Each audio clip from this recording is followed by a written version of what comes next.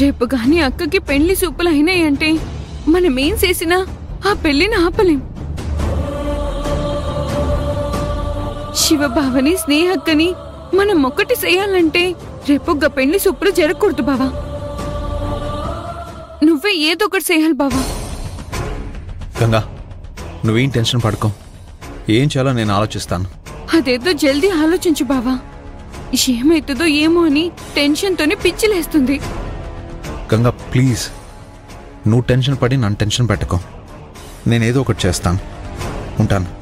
Bye.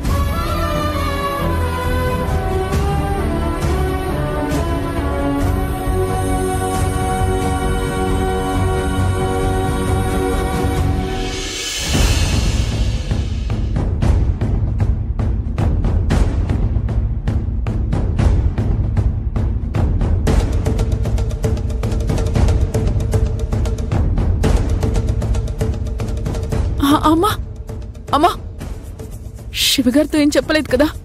నా కూతురు జీవితాంతం సంతోషంగా బతకాలని ఆ ఇంటికెళ్ళాను. కానీ కళ్ళ ముందు బతుకుంటే చాలని తిరిగొచ్చేశాను. నీ ప్రేమ విషయం శివబాబుతో చెప్పలేదు. అమ్మా అమ్మా,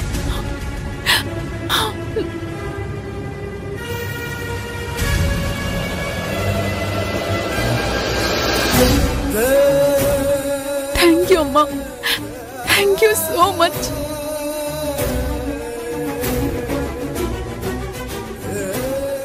తెల్లవారితే నీకు పెళ్లి చూపులు అంటే నువ్వు ప్రేమించిన మనిషిని వద్దనుకొని వేరొక వ్యక్తిని నీ జీవితంలో